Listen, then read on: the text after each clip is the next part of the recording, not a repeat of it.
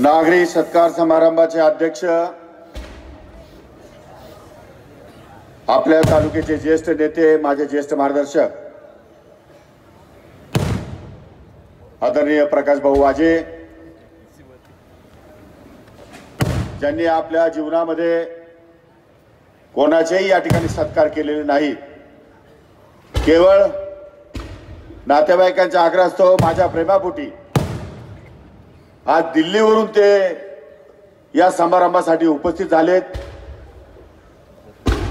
ते हिंदू राष्ट्र योद्धा आणि हिंदुत्वासाठी रात्रंदिवस काम करणारे सुदर्शन चॅनलचे मालक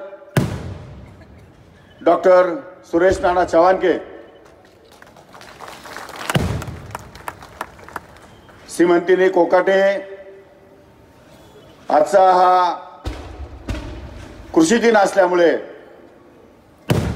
माझ्या सत्काराच्या अगोदर राज्यातल्या शेतकऱ्यांचा, बळीराजाचा सत्कार या ठिकाणी झाला पाहिजे, ही भावना आमच्या सर्वांच्या मनामध्ये होती आणि त्यामुळे अतिशय जाणीवपूर्वक आपल्यातल्या एका शेतकऱ्याला सन्माननीय बबनराव खैरनारचा सत्कार आपल्या समोर या ठिकाणी केलेला आहे। तेही व्यासपीठावर उपस्थित आहेत। नागरी सत्कार समितीचे सर्व सन्माननीय सदस्य, ज्यांनी अतिशय योग्य असं नियोजन या ठिकाणी केलं आणि गेली 2-2.5 तास या सिन्नर शहरामध्ये पुन्हा एकदा मिरवणुकीच्या निमित्ताने आमच्या लाडक्या बहिणी रस्त्यावर तास या ठिकाणी उभ्या होऊन या ठिकाणी स्वागतासाठी फुलं टाकत होत्या। आमचे कार्यकर्ते अतिशय उत्साहाने नांदत होते। पुन्हा एकदा असं वाटतं की रोज निवडणुकी काय समजत नाही मला, रोज कार्यकर्त्याला उत्साह कमीच होत नाही, किती चिडलो तरी लोक दूर जातच नाही, एक फोटोबाज झाला म्हणलं तर ऐकतच नाही, ज्यांचं पोटच भरत नाही, असे माझे सर्व तालुक्यातील तमाम लाडके कार्यकर्ते, लाडके बंधू, माझे मार्गदर्शक आणि माझ्या उपस्थित सहकारी तरुण मित्रांनो, राज्याचे उपमुख्यमंत्री सन्माननीय अजितदादा पवार यांनी अतिशय परखड शब्दामध्ये सांगितलं, अरे तू निवडून तर दे। एवढा आव्हानात्मक बोलणारा नेता आणि शब्दाला जागणारा नेता महाराष्ट्रावर मला कुणी बघायला मिळालेलं नाही। अनेक वर्षापासून मी राजकारणात आहे, अनेक नेत्यांच्या बरोबर राजकारण केली आहेत। वसंतदादा पाटील, स्वर्गीय शंकरराव चव्हाण यांच्यापासून तर राज तागत राजकारणामध्ये मी काम करतो, समाजकारणामध्ये काम करतो, परंतु एवढा स्पष्ट, परखड आणि शब्दाला जागणारा नेता म्हणून दादांचं कौतुक करावं तेवढं थोडंच आहे। कामासाठी अजिबात मागे पुढे पाहत नाही। लोकांच्या हिताचं, जनतेच्या कल्याणाचं जे काही काम असेल ते आपण सांगितलं आणि दादा नाही म्हटले असं अद्याप कधी घडलेलं नाही। जनसामान्याचे प्रश्न सोडवण्याची धमक असलेला नेता म्हणून या ठिकाणी त्यांची ओळख आहे आणि त्यांनी अतिशय ताकदीने निर्णय घेताना मागचा पुढचा कुठलाही विचार केला नाही आणि डायरेक्ट मला न विचारता मी एकदाही त्यांना विनंती केली नाही, एकदाही भेटलो नाही की दादा आपण शब्द दिलेला आहे, आपण शब्द या ठिकाणी पुरा करावा। मी एकदाही भेटलो नाही, पण त्यांनी डायरेक्ट कॅबिनेट मंत्रिमंडळामध्ये माझं नाव पाठवलं आणि मला 4 दिवस अगोदर सांगण्यात आलं होतं। तुम्हाला वाटलं चॅनलमध्ये यांचं का नाव येत नाही, मी मुद्दाम येऊ दिलं नाही। आपल्या काय कमी दुश्मन आहे, गाड्या घालणाऱ्या लोकांची संख्या प्रचंड आहे, पण यावेळेस मीही गनिम गावा केला। इथूनच मी सुद्धा अंगावर जाण्याची भूमिका माझी असते, पण वेगळ्या खेळीनं या ठिकाणी इथपर्यंत पोहोचलो आणि काल परवा रात्री 11 वाजता कृषी खातं सन्माननीय मुख्यमंत्री देवेंद्रजी फडणवीस यांनी जाहीर केलं आणि तेव्हापासून आज तागत संपूर्ण महाराष्ट्रात शेतकऱ्यांचे फोन सुरू झाले। मी म्हटलं झालं इथं गडबडच झाली, आता कसं व्हायचं? आणि आमची सेना पण तुम्हालाच पाहिजे होतं मंत्रिपद, घ्या. आता तक्रार करू नका आणि कामाला कमी पडणार नाही, वाक्य माझं पक्क आहे. कामाला कमी पडणार नाही. सिन्नर तालुक्याचा कोपरा न कोपरा, माणूस आणि माणूस या कृषी खात्याच्या वतीने जोडला जाईल आणि त्याचा विकास केला जाईल, हे तुम्हाला मी खात्रीपूर्वक सांगतो. हा विश्वास माननीय मुख्यमंत्री देवेंद्रजी फडणवीस आणि उपमुख्यमंत्री अजितदादा पवार यांनी माझ्यावर टाकलाय. अत्यंत मोठी जबाबदारी आहे. 24/7 इथून बाहेर पडला आणि पाऊस आला रे आला की लगेच फोन, आणि पाऊस वर्षभर गेला रे गेला की लगेच फोन, गारा पडला की फोन, वातावरणात बदल झाला की फोन, रोगराई आली की फोन. आता इतकं काम उभं करावं लागणार आहे, इतकं पारदर्शी काम उभं करावं लागणार आहे की खरोखर काम करण्याची संधी त्यांनी मला दिलेली आहे. मला हेच पाहिजे होतं. मला लोकांची नाळ जोडली माझ्याशी, मला काम करण्याची मुभा पाहिजे होती आणि लोकांसाठी वेळ देण्याची मुभा पाहिजे होती. ती दिली. फक्त एकच यामध्ये वाईट झालं, ते म्हणजे सिन्नर तालुक्याच्या लोकांना वारंवार मला भेटता येणार नाही. नाही तर कधीही बसला, कुठेही बसला की लाव फोन, धाब्यावर गेला तरी फोन लावतो, कुठेही बसला तरी फोन लावतो आणि फोन पे करून पैसे भरा म्हणतो. आता त्याचं प्रेम म्हणावं की भोळेपणा म्हणावं की संपर्क काय म्हणावं मला हेच कळत नाही. पण किती राग बोललो तरी तो काय खोड टाकीत नाही. मला बोलल्याशिवाय राहत नाही. या निवडणुकीमध्ये मी खूप शांतपणे वागलो. अजूनही तसंच आहे. जर शांततेने चाललंय, बरं इकडं वर चढायचं वर, गाडीवर बसायचं गाडीवर, खाली बसायचं खाली, रथावर चालते बाबा, नाही म्हणायचंच नाही. पर्याय नाही म्हटल्याने आणि स्वभावात बदल केल्याने काही प्रॉब्लेम येतातच, पण कार्यकर्ते मात्र प्रचंड खुश राहतात. काय पाहिजे लोकांना. मी कालच्या रात्री सकाळी नागपूरहून आलो आणि सकाळी माझ्या घराच्या बाहेर हजारो लोक, हजारो पोस्टर्स नाशिक शहरामध्ये लागलेले आहेत. नाशिक शहर एवढं मोठं शहर आहे की आतापर्यंत 100 मंत्री या ठिकाणी आले असतील. एकाही मंत्र्याचं स्वागत इतक्या मोठ्या संख्येने या ठिकाणी केलं नाही. एवढं मोठं स्वागत नाशिक शहरातच नव्हे तर येवला तालुक्यामध्ये सगळ्यात जास्त मोठं स्वागत झालं माझ्यापेक्षा. सिन्नर तालुक्यापेक्षाही येवल्यामध्ये इतकं स्वागत झालं की ते लोक सारखे तारीख मागताय, नागरिक सत्काराला वेळ द्या, नागरिक सत्काराला वेळ द्या. म्हटलं भाऊ, माझं पहिलं गाव तर पाहू दे, माझं घर पाहू दे, माझी लोक पाहू दे, माझी माणसं पाहू दे, माझं कुटुंब पाहू दे, नंतर उद्यापासून तुम्ही साठीच आहे.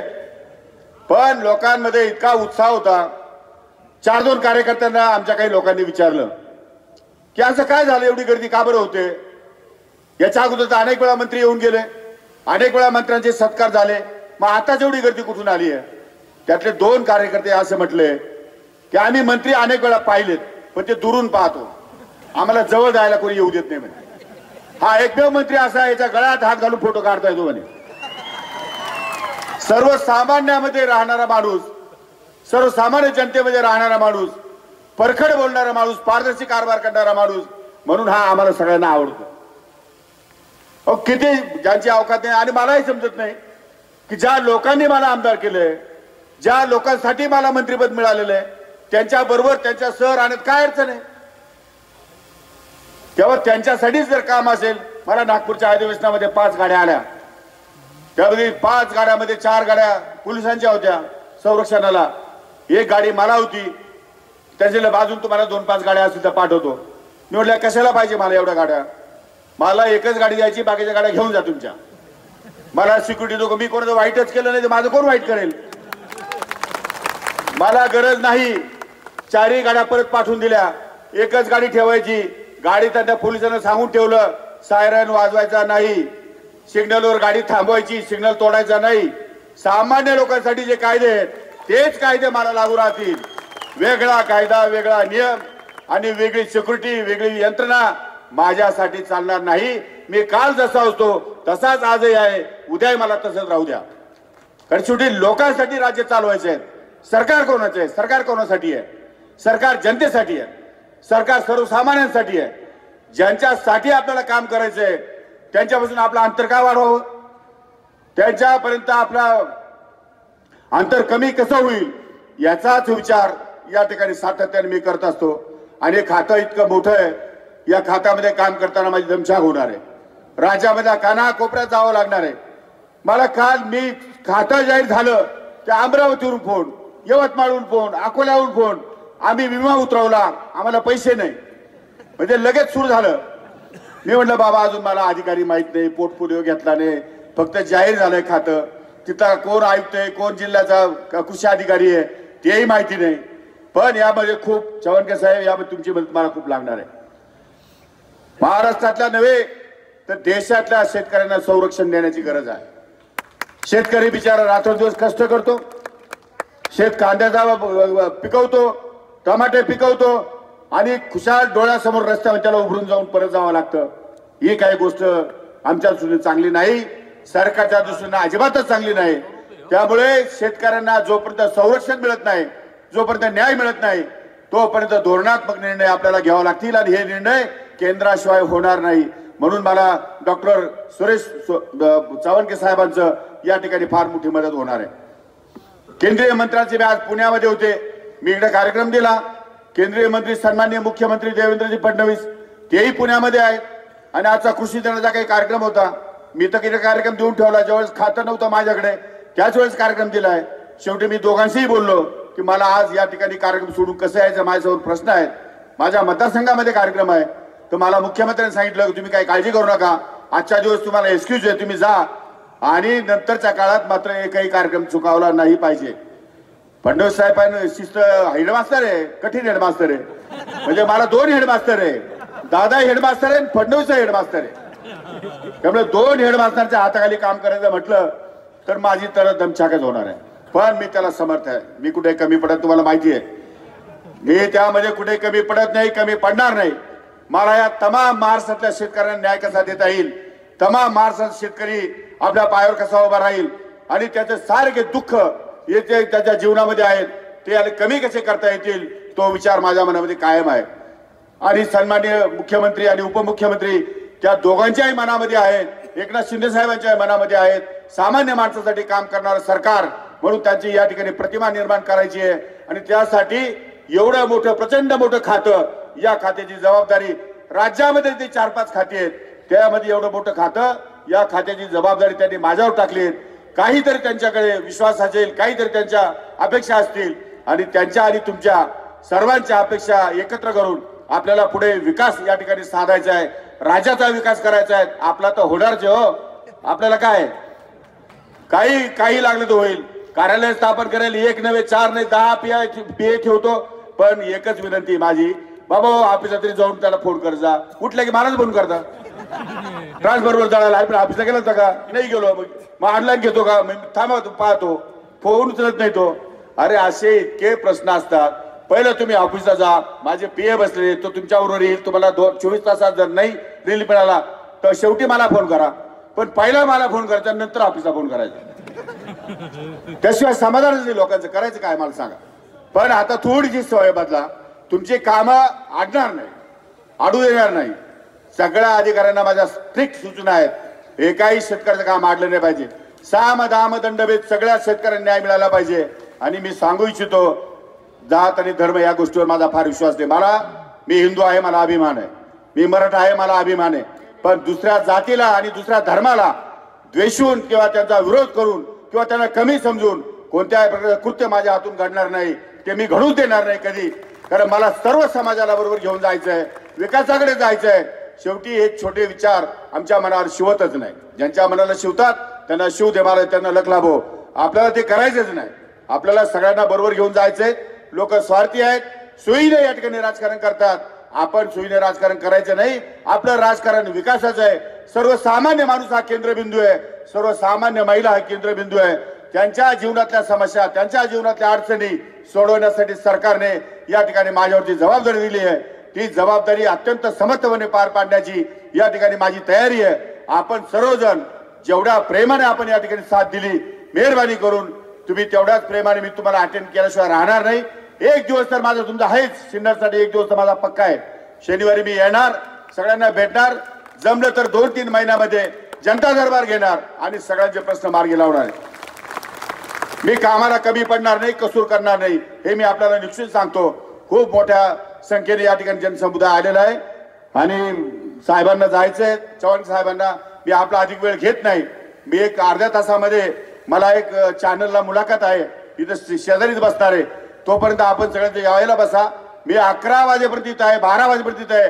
तुम्हाला ज्यांना ज्यांना भेटायचंय त्यांना सगळ्यांना भेटल्याशिवाय आणि पुन्हा पुन्हा तुमचे फोटो काढल्याशिवाय मी जाणार नाही. त्यामुळे कृपा करून आपण शांततेने आहे त्या ठिकाणी बसा, जेवण करा. मी एक 15-20 मिनिटांमध्ये या मुलाखत देऊन या ठिकाणी परत व्यासपीठावर येतो. तोपर्यंत या कार्यक्रमामध्ये आपण आनंद घ्या, कार्यक्रमाचा आनंद घ्या आणि हा आनंद आपला द्विगुणित कसा करता येईल यासाठी माझे प्रयत्न सातत्याने राहतील. पुन्हा एकदा आपल्या सर्वांचं अत्यंत मनपूर्वक आभार व्यक्त करतो. अत्यंत मोठ्या संख्येने आपण आलात तेव्हा आमच्या महिला भगिनी आणि आमच्या शेतकरी बांधवांचं आभार व्यक्त करून माझे 2 शब्द संपवतो. जय हिंद, जय महाराष्ट्र.